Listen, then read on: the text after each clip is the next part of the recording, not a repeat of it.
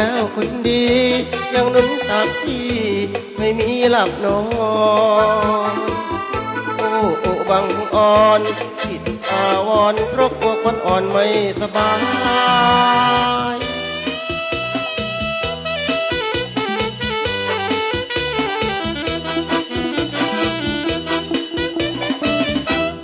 เจ้าอย่าวาดคิดกังวลยังรักหน้ามนไม่มีเสื่อมคลายได้แอบอุ่นกายสัญญาไม่นายไม่ทำลายเนื้อนวล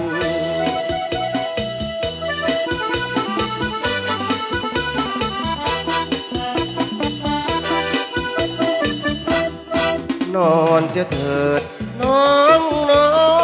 นน้องอย่าอ้อนอย่ากวนที่ไม่มีเปลยวนที่จะมาแกว่งไฟตัวก็โตเท่ากันโอ้จอมขวัญให้พี่กล่อมไปใหญ่อย่าโศกอะไรขอเพียงขวัญใจเจ้าจะได้อาวรณ์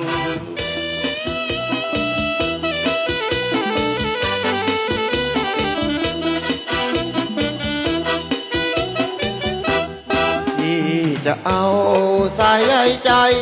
มาสานเสให้กล่อมคนใจเจ้านอนสวดมนต์ให้พรคุ้มครองควันอ่อนให้เจ้านอนฝันดี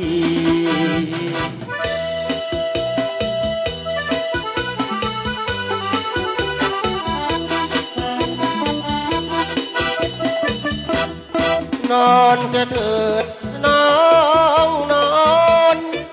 น้องอย่าอ้อนอย่ากลวนที่ไม่มีเพลยวนที่จะมาแข่งไฟตัวก็โตเท่ากันโอ้จอมขวัญให้พี่กล่อมไกลใหญ่อย่าโศกอะไรและขอเพียงขวัญใจเจ้าอย่าได้อาวรณ์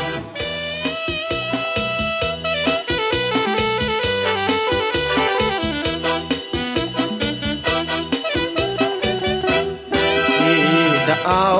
สายใยใจมาสานเกลให้กล่อมขวัญใจเจ้านอน